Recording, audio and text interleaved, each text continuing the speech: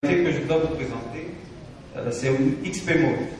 Okay? Aujourd'hui, comment je fais pour me rassurer que lorsque je mets en place serveur, je veux mettre en place Windows 7, les applications que j'utilisais qui étaient sous XP, parce que, disons-le clairement, jusqu'aujourd'hui, il y a encore beaucoup d'entre vous qui utilisent XP dans leur environnement. Comment je fais pour me rassurer que j'adresse les problèmes de compatibilité? Comme je vous l'ai décrit tout à l'heure, aujourd'hui nous avons embarqué à Windows 7 un environnement XP de façon native. Et il est disponible à travers les technologies de virtualisation. Aujourd'hui nous sommes à la version 7 de Virtual PC. Et comme vous le voyez, l'interface est assez intuitive. On a l'impression que c'est une extension simplement de notre explorateur Windows, mais enrichi avec un certain nombre de fonctionnalités pour pouvoir justement créer des machines virtuelles à partir d'un poste de travail Windows 7. Ok? Donc là,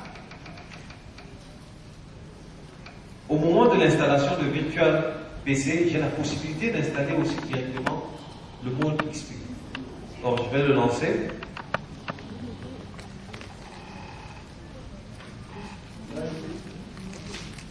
L'idée là, Monsieur Soso, c'est de dire à l'intérieur de Windows 7 comment je fais tourner XP, c'est ça? Exactement. Comment je fais tourner XP et me rassurer que l'utilisateur interne n'a pas de cassure véritable dans la façon dont il utilise Windows 7 versus l'environnement qu'il avait avant.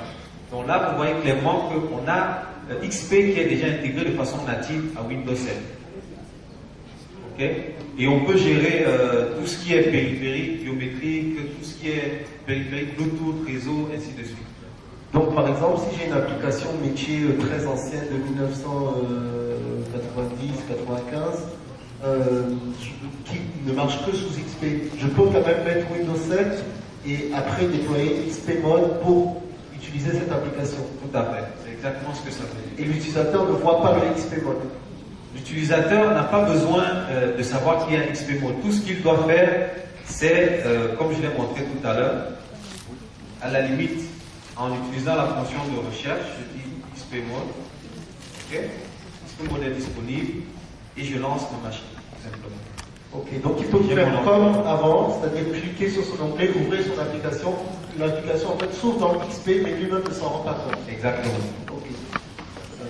Donc ça c'est vraiment intéressant en termes de frein à la migration, parce que beaucoup de personnes ne pouvaient pas migrer sous Vista parce que leur application ne fonctionnait que sous XP ou en périphérique. Maintenant, avec le XP Mode, c'est possible de migrer sous Windows 7, même si vos applications ne marchent que sous XP. Bon, la deuxième fonctionnalité que je vais démontrer, c'est le branch cache.